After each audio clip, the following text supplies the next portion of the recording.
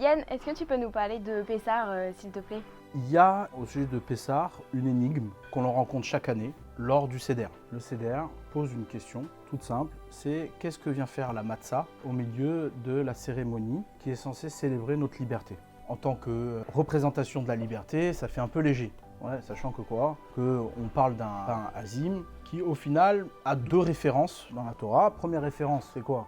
C'est la matzah que nos ancêtres ont mangé en Égypte. En l'occurrence, c'est bien un pain de misère, c'est-à-dire le pain de l'esclavage. C'est pour célébrer la liberté, on est dans le paradoxe. Et deuxième étape, c'est de dire, ils sont sortis précipitamment, et donc ils n'ont pas eu le temps de laisser monter la pâte, ils n'ont pas eu le temps de laisser monter leur pain, et donc du coup, ils ont emporté cette pâte-là qui était la matzah. Et pour se rappeler de cette précipitation, eh bien, on mange la matzah ce soir-là. Donc dans les deux cas, dans les deux propositions, on se retrouve être hors sujet. C'est-à-dire qu'on a l'impression qu'on contourne le sujet de la liberté et ce moment de sortie d'Égypte. Il y a dans le Rambam, Maïmonide, une halakha qui précise qu'est-ce qu'on doit raconter à nos enfants ce soir-là, le soir de Pessah. Quelle est la mitzvah? Tu sais que tu as une mitzvah de raconter à tes enfants, Vigata Levincha, tu raconteras à tes enfants pour pouvoir transmettre ce moment-là de liberté, ce moment-là où on est sorti d'Égypte. Et le Rambam dit, suivant le niveau de l'enfant, eh bien, tu vas raconter des choses qui sont différentes. Si l'enfant, il n'est pas suffisamment intelligent, il n'est pas suffisamment éveillé, qu'est-ce que tu fais? Tu lui racontes qu'on était esclave en Égypte et qu'on a été asservi et qu'au final, Dieu nous a libérés de cet asservissement. Ça, c'est ce qu'on raconte aux enfants les moins éveillés.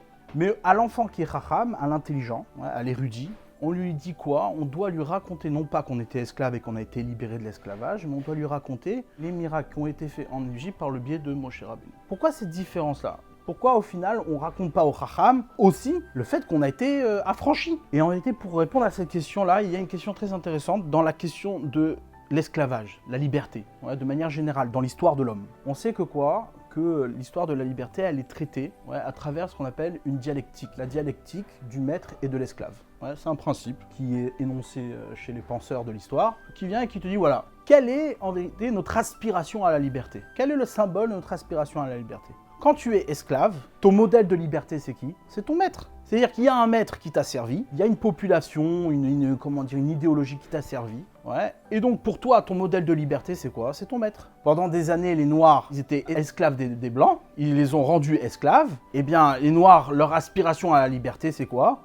Leur modèle de liberté, c'était les Blancs. Maintenant, on voit qu'en vérité, aspirer à la liberté n'existe que à travers l'asservissement que je subis. Le juif, il était esclave en Égypte. Normalement, son modèle de liberté, son espérance de liberté, c'est quoi? C'est l'Égyptien. C'est d'être comme un Égyptien, d'être comme son maître, qui me permet d'être aussi fort et aussi libre et avoir des mœurs qui sont affranchies de tout asservissement. Ça, c'est les règles de l'histoire. Et il n'y a pas un seul peuple dans l'histoire qui s'est libéré de son maître sans copier le maître. L'aspiration des esclaves de la traite des Noirs et compagnie, eh bien c'était quoi? C'est devenir comme des Blancs. Et au final, ils se sont affranchis de cet esclave-là, de ce colonisateur, et ils sont devenus comme des Blancs. Pareil, ils font la même chose. Quelle a été l'innovation de leur liberté?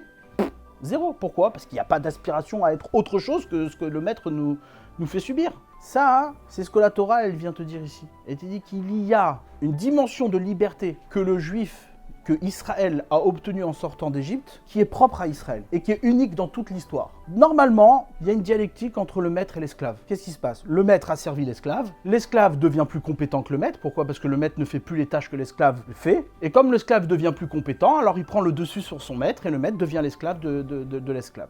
C'est comme ça que l'histoire fonctionne. Maintenant, ça fait un échange de maître et d'esclave. C'est l'histoire des hommes, c'est comme ça. L'esclave devient le maître et le maître devient l'esclave. Chez le juif et l'Israël, ça n'a pas été comme ça. Israël, quand il est sorti d'Égypte, il n'est pas devenu égyptien. Il est sorti d'Égypte, il est devenu complètement autre chose qu'on ne connaissait pas dans l'histoire de l'homme et de l'humanité. Ce qui vient nous dire c'est que la Torah, elle vient nous dire que la liberté, c'est quoi? C'est pas simplement d'être libre, c'est-à-dire d'être dans la représentation de la liberté que j'ai aspiré quand j'étais esclave. Se libérer, c'est se libérer du modèle de l'histoire. C'est ça la véritable liberté. Se libérer, c'est se libérer à la fois de l'asservissement et à la fois du modèle de liberté que le maître m'a imposé quand j'étais esclave. Se libérer, en vérité, c'est se libérer de l'histoire. Ça, c'est ce que la Torah, elle vient te dire. Et donc, par conséquent, ce principe-là, il nous aide énormément à comprendre ce que le Rambam nous dit. Il dit, à l'enfant qui n'est pas éveillé, premier degré de compréhension de ce qu'est la liberté, c'est quoi? C'est un degré qui n'est pas pertinent, mais au moins ça aide à se représenter les choses. Ouais, c'est quoi?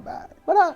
On était esclaves, on était asservis. Et Dieu nous a libérés, on n'est plus maintenant asservis par l'autre. Mais ça, c'est pas la vraie histoire de la liberté. Si tu es racham, si tu es sage, et si tu es, éveillé, ce que je vais te raconter, c'est quoi? C'est qu'il y a eu des miracles opérés par Hachem à travers Moshe en Égypte. C'est quoi le miracle? Le miracle, c'est pas la chose, on va dire, surprenante de l'histoire. C'est qu'il existe un modèle de l'histoire qui est extérieur à l'histoire. Et que cette proposition de liberté, c'est quoi? C'est une libération totale de l'histoire de l'homme. Ça, c'est Israël. Sa dimension de liberté, c'est quoi? C'est d'être dans une proposition qui est extérieure à l'histoire de l'homme. Ça, c'est ce qu'on doit apprendre à nos enfants, et c'est ça, comme ça qu'on doit les éduquer. Et c'est ça, la mitzvah. Ce pourquoi la mitzvah, on va dire, essentielle de Pessah, c'est la matzah. Pourquoi? Qu'est-ce qu'elle a de spécial, cette matzah? Parce que normalement, quand tu manges, tu prends le temps de laisser la nourriture d'être bénéfique. Tu ne vas pas directement à l'essentiel de ce que la nourriture a à te proposer. Toi, tu dois remplir ton ventre, mais tu dois kiffer ce que tu vas manger. Cette dimension-là de temps, c'est le temps de l'histoire. Qu'est-ce qui fait qu'une nourriture, elle est agréable? C'est que tu lui laisses le temps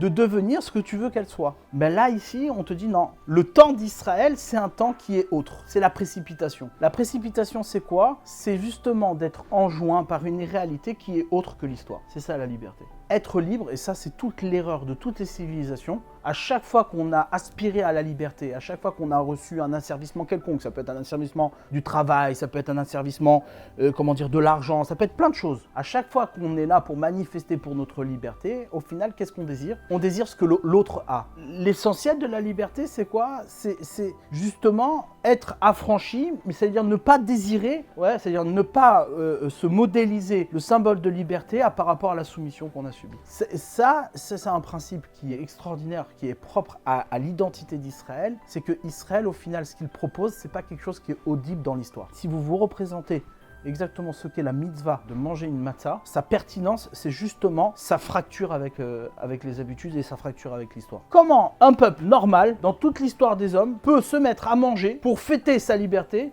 une matzah? Ça n'existe pas.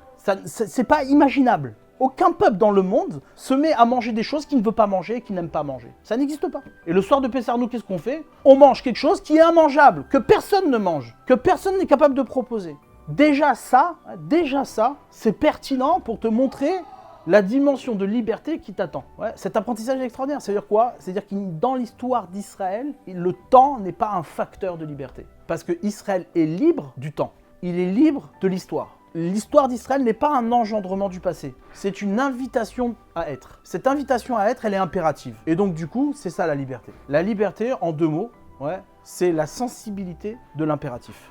Plus tu es sensible à l'impératif, plus tu es libre. Ça, c'est le message que la Torah, elle nous donne à travers, comme on en a parlé, c'est d'ailleurs la matzah, mais également à travers les principes même de l'histoire. Comment se fait-il que Israël, qui est sorti d'Égypte, il n'est pas devenu égyptien? Il a affranchi l'Égyptien, prends la place d'Égyptien. Pourquoi tu ne prends pas la place d'Égyptien? Sois comme un Égyptien. Aujourd'hui, toi, ton modèle de liberté, c'est l'Américain.